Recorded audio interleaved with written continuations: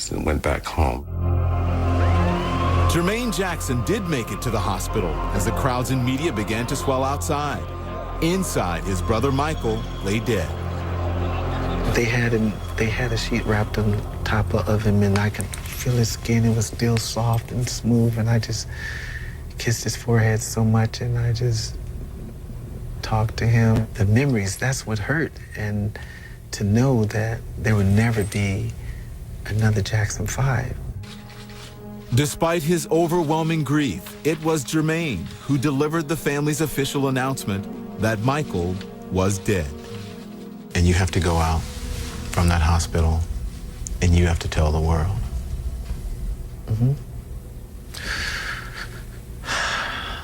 I couldn't believe that I was announcing my brother's death for the world.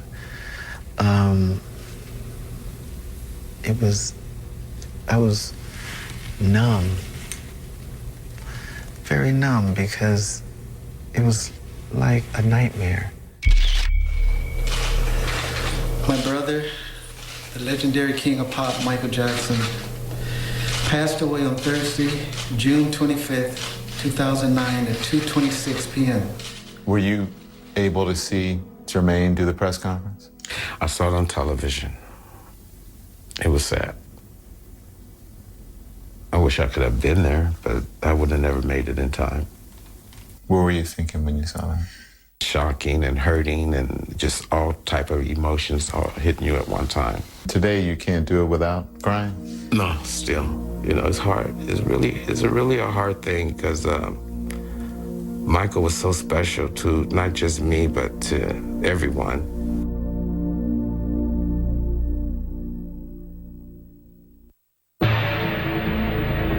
Coming up, Michael Jackson's secret world of addiction.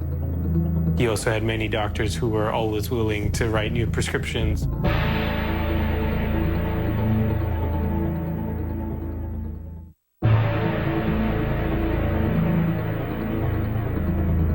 This is CNN Breaking News. Michael Jackson, 50 years old, the king of pop, has died.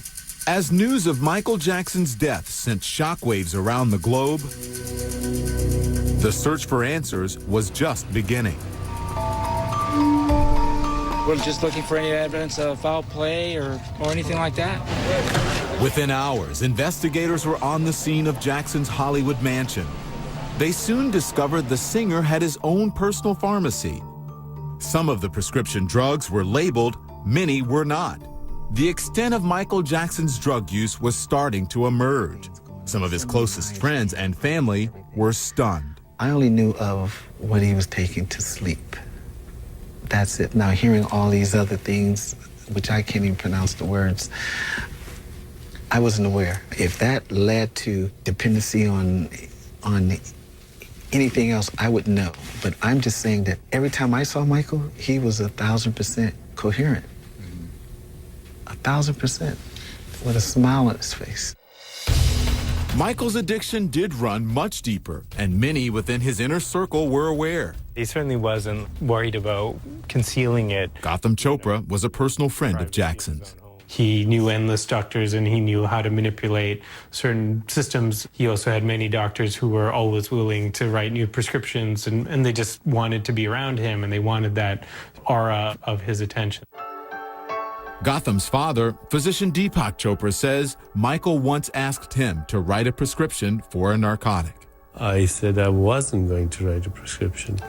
And when I confronted him, he started to cry. He said, you don't understand, I'm in a lot of pain. Chopra says he feared for Jackson's health, so along with a member of Michael's family, he arranged an intervention. He was so upset, angry, burst into my temper, left the room.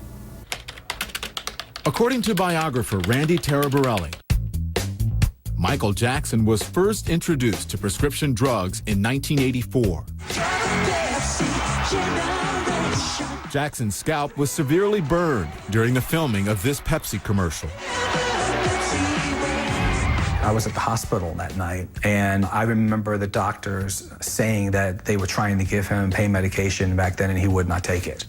And that ultimately he did take some because the pain was so great, but that was a big issue. When do you think the drug use started? I believe that a lot of it had to do with the stress of the 1993 allegations.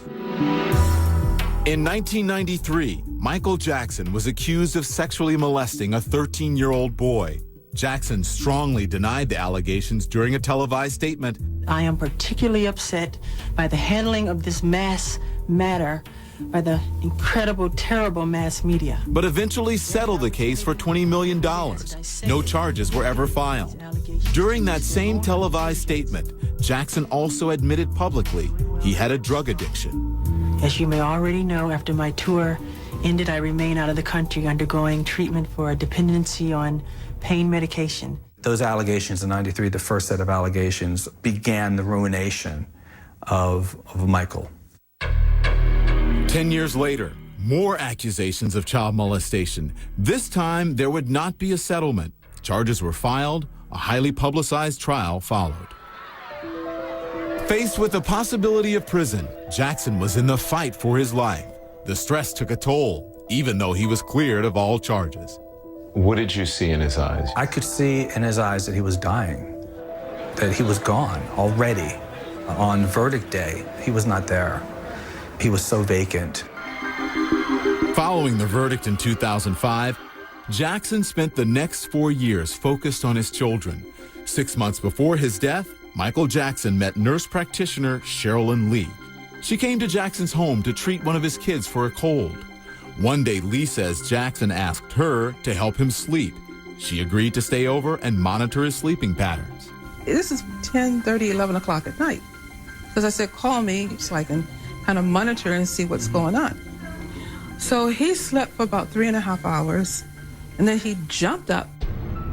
He looked at me with his eyes wide open, and I said, Michael, you okay? He said, yes, but I just want you to see I can't sleep. Lee says Michael requested propofol, a drug few people had heard of.